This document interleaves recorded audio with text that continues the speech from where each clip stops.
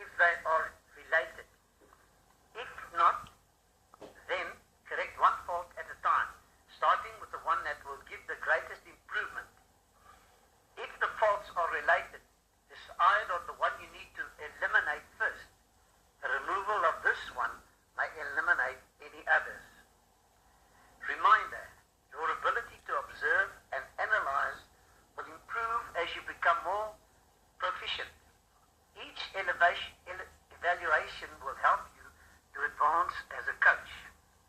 Improving performance. While this is the major role of the coach, it is not the only one. Communications.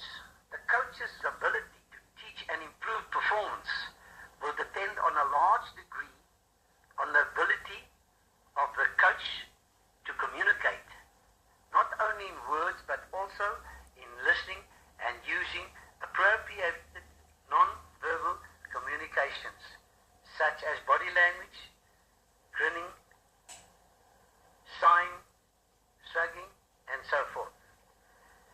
Messages have two elements. Messages have two elements. Content, what is in the message. Emotion, what the coach feels about the message. For a message to be properly understood, then these, along with body language, must be appropriated to the situation. A coaching philosophy. Each coach should have a philosophy of coaching. This is in the cornerstone of their confidence and expertise. A philosophy is a set guideline to govern your action and come from. Ideas from out of personal experience. Opinions formed when we gather together from other sources, our hopes to the future. Developing a successful coach philosophy is based on knowing why coaches coach, knowing why athletes participate, considering the opinions of others, communicating your philosophy to others. Why do you want to coach? A group of coaches were asked the question, and here are some of the answers. To contribute to the overall growth of the other people, to have a good time when coaching. I like the recognition. I want to be a winning coach. I like to see others having a good time. I enjoy helping others. I like the sense of control I get from coaching. I like to see the players improve. It makes me feel that I'm doing something worthwhile. I need to put something back into the sport. To every coach, the above reason will mean more or less in the task of coaching, depending on the person's approach. The amount of time a coach expands on the different aspects of coaching will determine how much emphasis will be placed on the various roles a coach must perform. The question you as a coach will have to answer is, where do I fit into the scheme of things? The role of a coach, the level on workbook.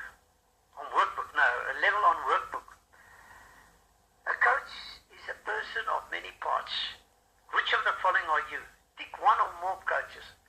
A teacher, a motivator, an organizer, a planner, a social worker, scientist, trainer, disciplinarian, PRO officer, fundraiser, friend, student.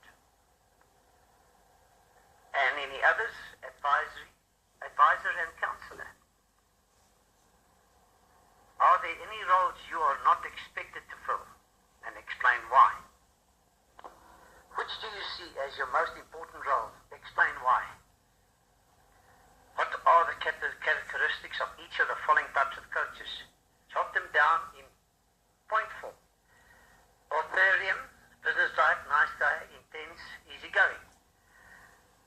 Which type best suits your role as a coach? Explain why.